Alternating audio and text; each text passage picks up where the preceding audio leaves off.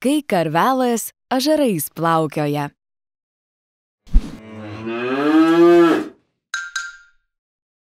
Tarp plačiai per 3 rajonus nusidriekusio Aukštaitijos nacionalinio parko ežerų, kalvų ir miškų jaukiai įsikūrę kaimai kaimeliai. Ne bet kur rasime kaimų, kurių žmonių gyvenimas būtų taip savitai susijęs su gamta. Meironų kaimas įsikūręs tarp Palūšės ir Linkmenų miškų masyvų, supamas 3 ežerų – Dringykščio, Asalnų ir Lūšių. Prie kaimo nebuvo pievų ganiavai, o galvijų XIX amžiaus pradžioje kaimo gyventojai turėjo apie 90 galvų.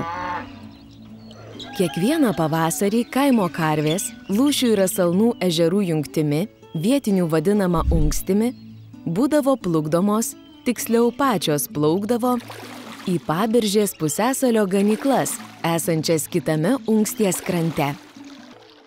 Kaimo gyventojai po keletą kartų per dieną irdavosi valtimis melžti karvių, o rudenį jas parsiplukdydavo žiemoti atgal į kaimą. Į Pabiržę nuo seniausių laikų plaukdavo ne tik karvės, bet ir avys bei arkliai.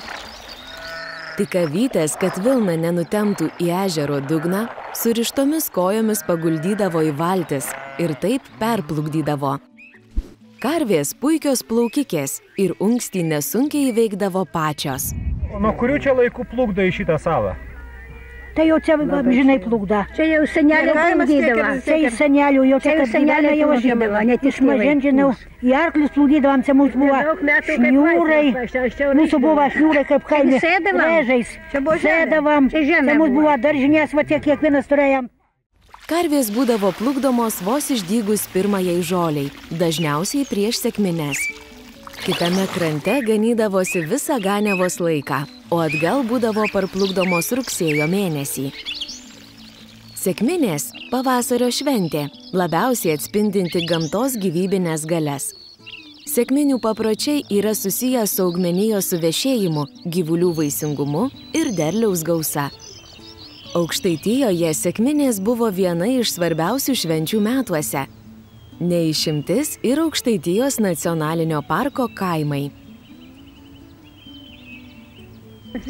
Senų senovė, kaip jau pasakydavo, visada laukdavom, atsinešam beržiukų, namus iškaišam, kad kvep daržais. Prie namą pasistatam, aplink duris pastatam, apipinam vainikais, pastatam. Bet sekminių laukiam, taigi mūsų šventė, ateinam iš bažnyčios, visi einam parugieną. Parugieną šitą vakar kažkur ir nusinešam, bet gerimų nebuvo šitokių stiprių. Nusinešam gerios kokios, ar lemonadą nuspirkį, už kaip išeina. Šitą sėdėdavom, dainuodavom, ateina su muziku, dirvoną, netrūksta dirvonas, kai šokdavom. Tai tada linksminamas. O kai ganydavot? Kai ganydavom, tai kūtų dėulio, tai nikojam kruvinom privargys, tai džiaugies, kad lovą atsigult. Iki šių dienų per sekmines meironiškiai dabina namus beržo šakelėmis ir renkasi su vaišėmis kaimo viduryje. Siekiant atkurti buvusią pusiasalio ganyklą, į Pabiržės pusiasalį, tik dabar jau moderniu plaustu, vėl plukdomos karvės. Po jų šienauti Pabiržės ganyklos ir saugoti retų rūšių buveinių keliauja avys.